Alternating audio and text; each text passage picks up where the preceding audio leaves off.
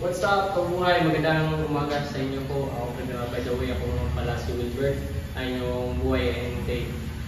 In this video, papakita ko sa inyo yung townhouse natin na unit, which is 35 square meter, total floor area. So, ito yung unit ko.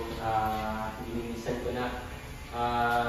I apologize for several months na hindi ako napag-upload kasi nga meron din akong problem sa bahay namin, pinalis ako, and then nag-apartment ako. Then after 5 months is ito na nga, lucky dito na ako ngayon sa mismong Deka Homes dito po sa Pagbubunyera.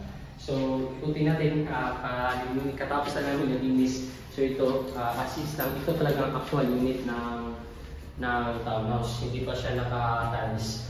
Tsaka ito yung CR, ayan, hindi pa malinis. Ayan, actual pa talaga ito guys. Ayan, itaas, ito naman. Ayan, hindi pa siya. Ito siya, kaya mo mag-partition ng dalawang room. Kung gusto mo naman malaking room mo, pwede mo ito isagad. So, ito. So, yung labas niya, ito yung makikita sa labas. Kasi nasa perimeter fence unit tayo, so wala tayong kapitbahay sa likod. Sa harap naman, ito yung nakahilera yung mga black lot nila, no? Ayan. Yung mga corner, yung harap natin. Dito sa likod naman, yung perimeter fence, yan. Perimeter fence yan. Yung pader. Diyan po ang perimeters. Ayan yung pader. Ito yung pader na yan. Tapos, yan naman sa open space na yan is dyan po yung amenities natin. Ayan. So, ang gawin natin ngayon, ito po yung outlet sa attic natin dito sa second floor. So, may dalawang valve siya. Switch pala, switch. Dalawang valve kaya ito siyang outlet. So, may dalawang outlet yan para sa dalawang room na ibang partition. So, ito, ang gawin namin, i-paint lang namin kasi wala pa tayong budget pang tiles. I-paint lang muna para hindi siya magaspang bali sa kaninan. Ito na talaga yung ano natin. Unit pa talaga yun. Kapampisa pa lang. Asa na po, susuntahan po yun natin yung vlog natin niya, mga kabuhay. Dito naman, may dalawang valve. Yan, valve. Saka ito naman po yung plangka or breaker.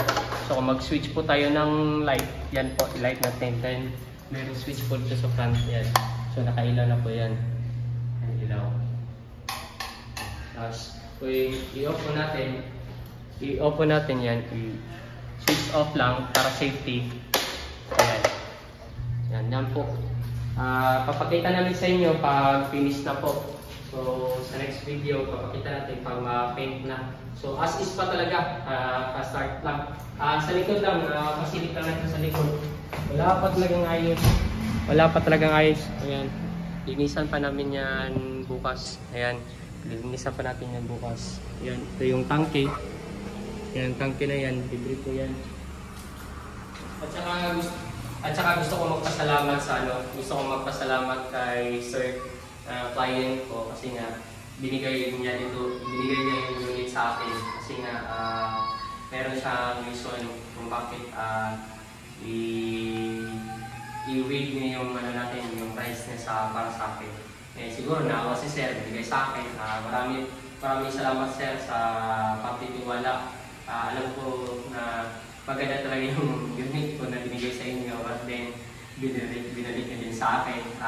Nakapasalamat kasi nga talagang isang opportunity po na mabigyan ng ganito din unit, at saka pangarap ko din ito na magkaroon unit dito sa Deka Homes na townhouse. So thank you, see you soon sa next video para sa unit natin.